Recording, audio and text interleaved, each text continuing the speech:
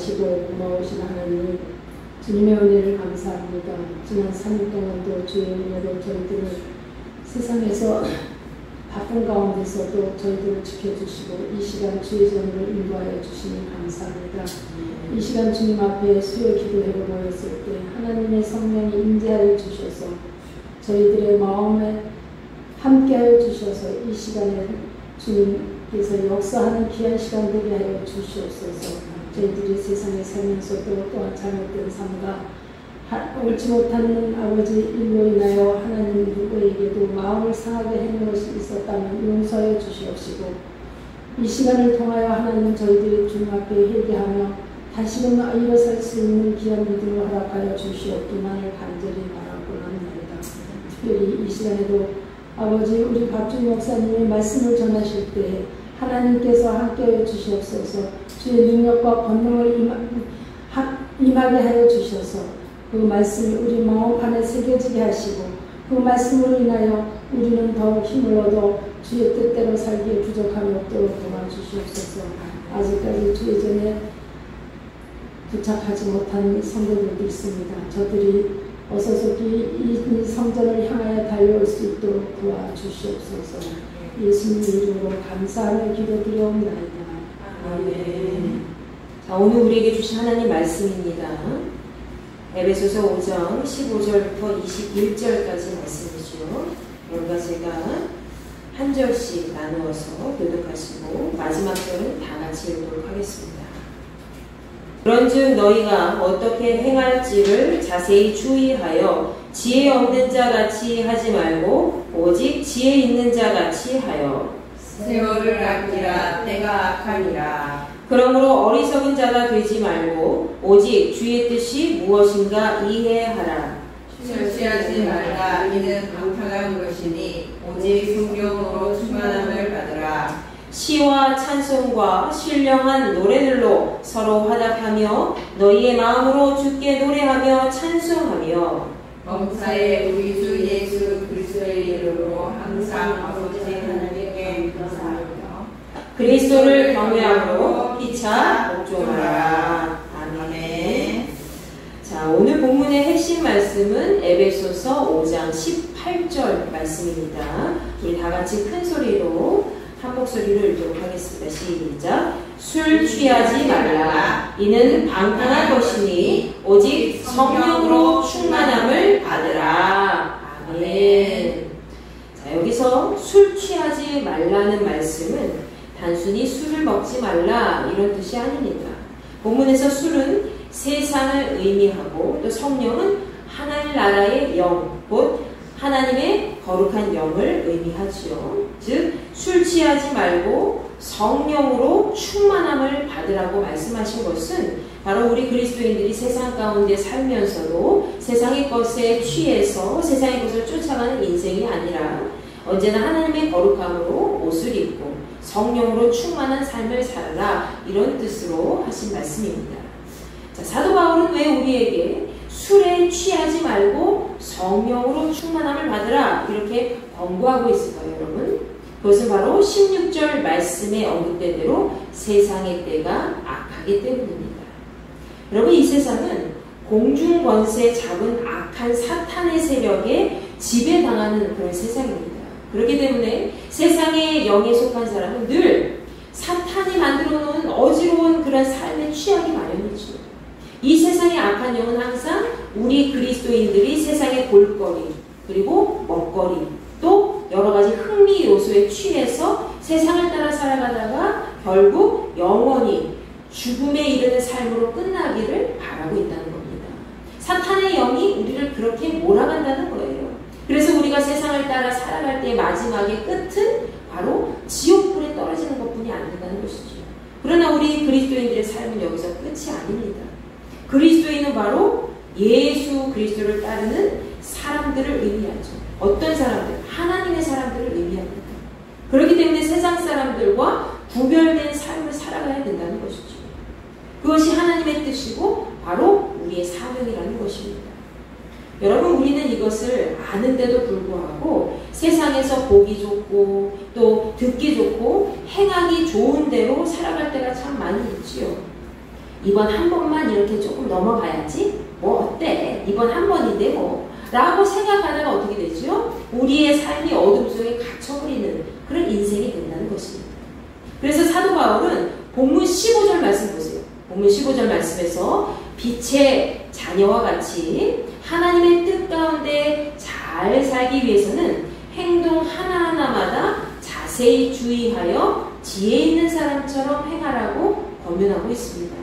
여기서 말하는 지혜로운 사람은 뭐예요? 세상 속에서 드러나는 학식이 있고 덕망이 있고 다른 사람보다 뛰어난 그런 지식이 가득한 사람이 아니라 하나님의 지혜의 말씀을 마음에 품고 언제나 그 말씀의 지혜로 사는 사람을 의미한다고 그랬죠. 그러니까 하나님의 말씀의 지혜를 가지고 내가 기도할 때 하나님의 마음을 먼저 생각한다는 거예요. 하나님께서는 내가 이런 상황에 놓여있을 때 하나님 마음은 어떠실까? 하나님, 내가 이렇게 고통 가운데 있는데 솔직하게 토로하고 하나님 어떻게 해야 될까요? 이러면서 하나님 앞에 먼저 여쭤보고 하나님 내가 가야 할 방법을 알려주옵소서. 이렇게 기도할 수 있는 자가 되어야 된다는 거예요. 지혜로운 사람은 본문 17절 말씀에 언급된 대로 어리석은 자가 아니라 주께서 원하시는 뜻이 무엇인지 먼저 헤아리고 이해하는 사람이라고 얘기하고 있죠. 여러분, 우리가 기도할 때에 어리석은 사람처럼 늘 하는 실수가 있습니다. 그 실수가 뭔지 아세요? 바로 내가 원하는 것을 미리 정해놓고 하나님 앞에 때를 쓰는 거예요. 그 기도응답이 나에게 잘 맞는 것인지 살피지도 아니하고 하나님께 여쭤보지도 않고 무조건 내가 원하는 방식에 따라서 내가 원하는 조건에 따라 기도하는 것. 그것이 바로 어리석은 사람이 기도할 때 저지르는 가장 큰 실수라는 것입니다.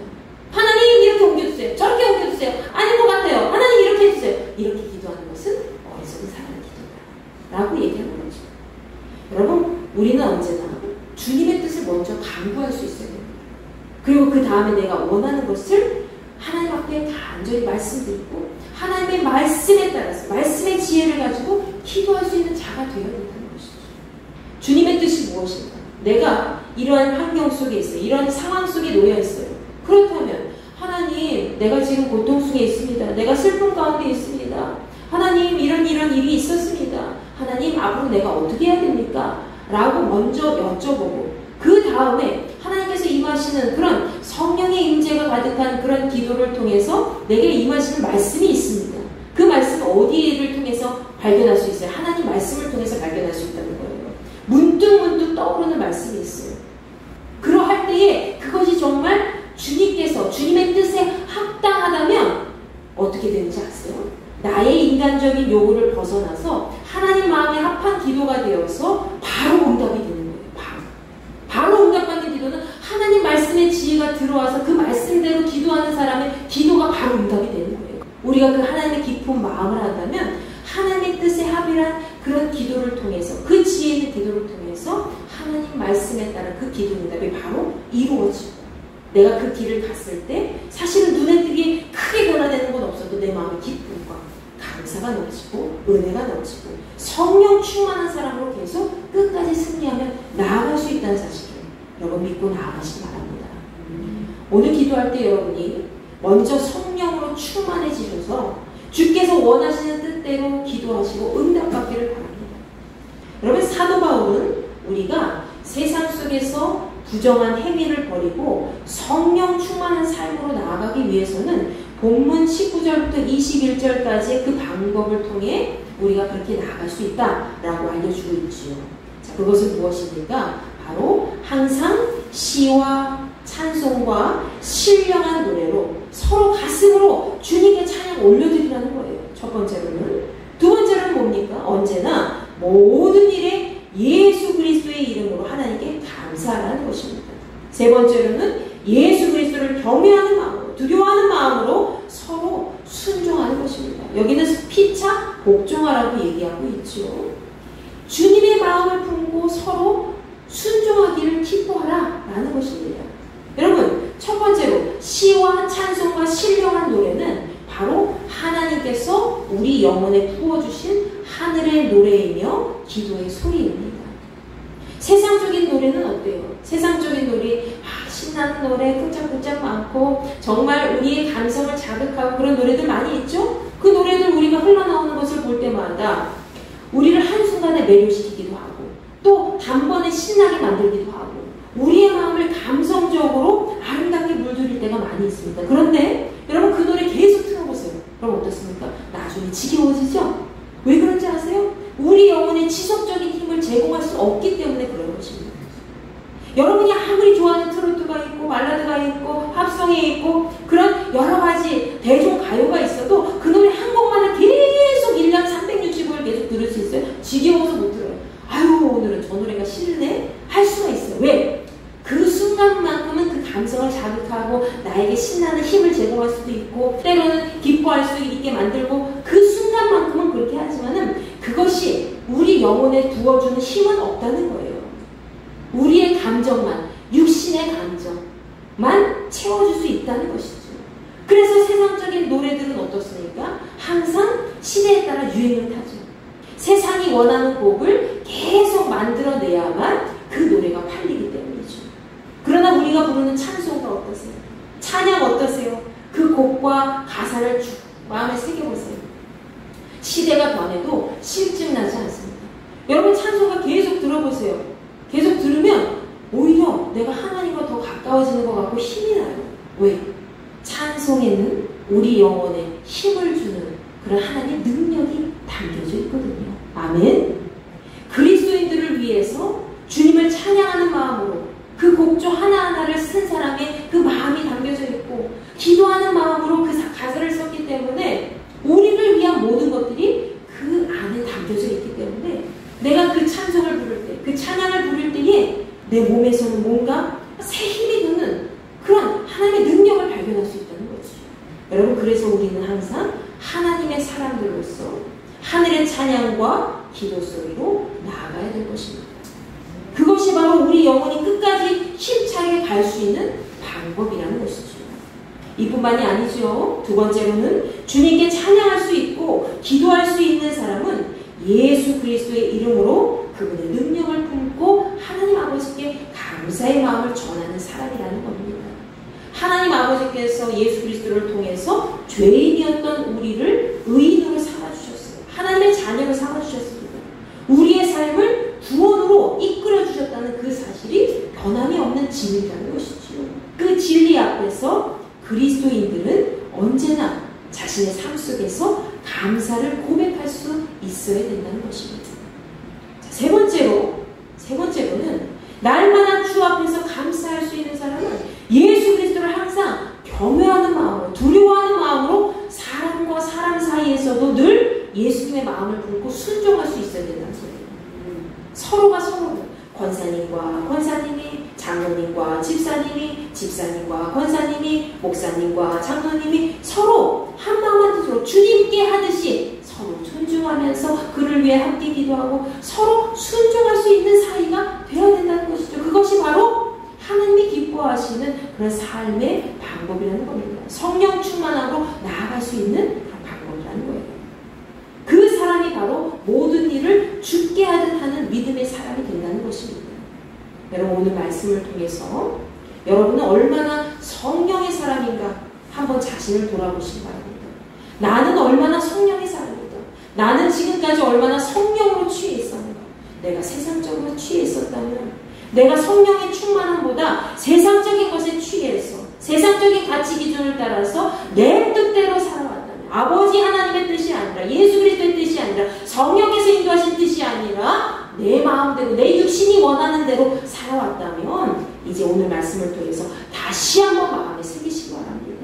그리스도 예수의 거룩함으로 옷을 입고 성령 충만함으로 거듭난 그리스도인이 되시기를 간절히 축원합니다.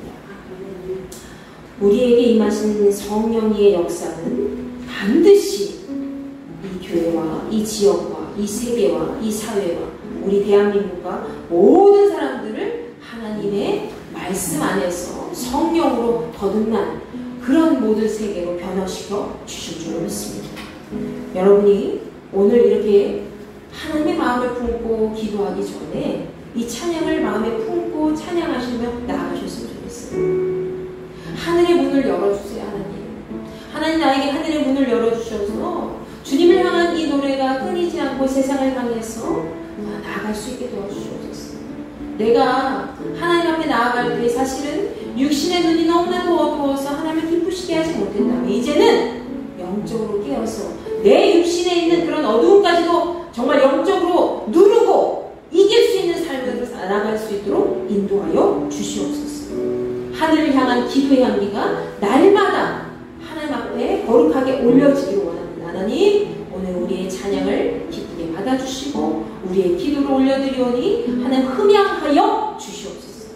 여러분 이 마음을 품고 간절히 기쁜 마음으로 찬양하도록 하겠습니다.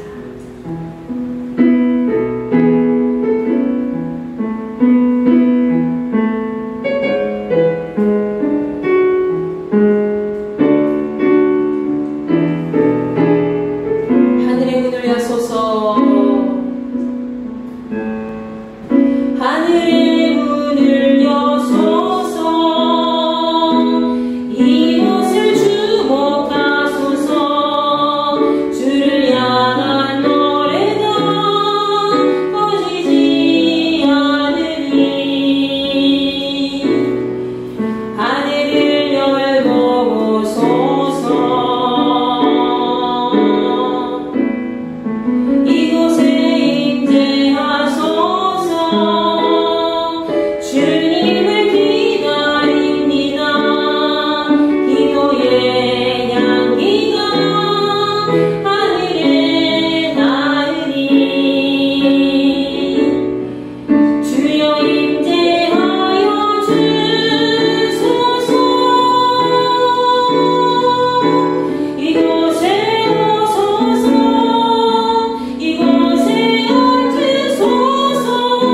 이곳에서 드리는 예배를 받으소서. 주님의 이름만이 오직 주님 이름만 이곳에 있습니다. 하늘의 문을 여소서. 하늘의 문을 여소서. 이곳을 주목하소서. 주를 향한 노래가 꺼지지 않으니 하늘을 열고 보소서. 이곳에 임재하소서. 주님을 기다립니다. 기도의 향기가 하늘에 나으니 주여 임재하여 주소서. 이곳에 오셔서 이곳에 앉으소서. 이곳에서 드리는 예배를 받으소서. 주님의 이름만이 오직 주님 이름만 이곳에 있습니다. 이곳에 오셔서 이곳에 앉으소서. 이곳에서 드리는 예배를 받으소서. 예수의 이름만이 오직 예수 이름만 높임을 받으소서. 하나님, 하늘의 문을 여셔서 저에게 임재하여 주시옵소서. 세상의 가치관을 가지고 세상의 기준을 가지고 세상을 쫓아가는 인생이 아니라 하늘의 문을 열어주신 주 예수 그리스도의 이름의 능력을 가지고 나아갈 수 있는 거룩한 그리스도인이 될 수 있는 하나님의 자녀로 삼아 주시옵소서. 여러분 이 마음을 품고 주여 한번 외치고 기도합니다. 주여! 아버지 하나님 감사합니다. 저희들이 이 시간 함께 모였습니다. 우리가 함께 기도할 때에 적은 인원이지만 하나님 인원 보지 않습니다. 아버지 하나님 우리 한 시간을 한 사람이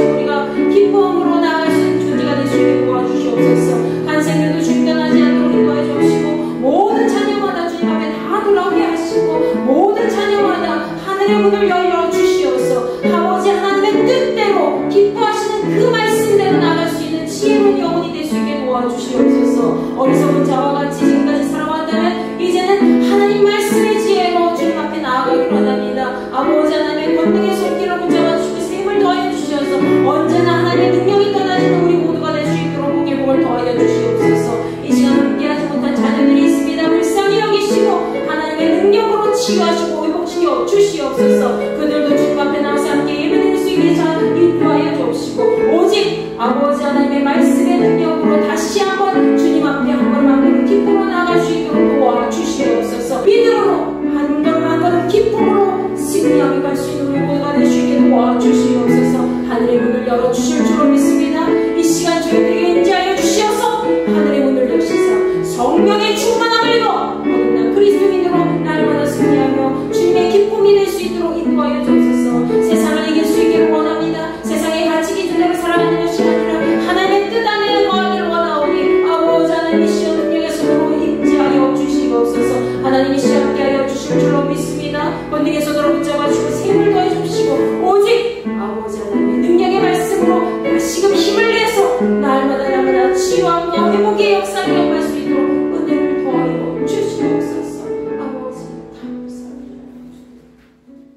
여러분 성령이 오신 줄로 믿습니까?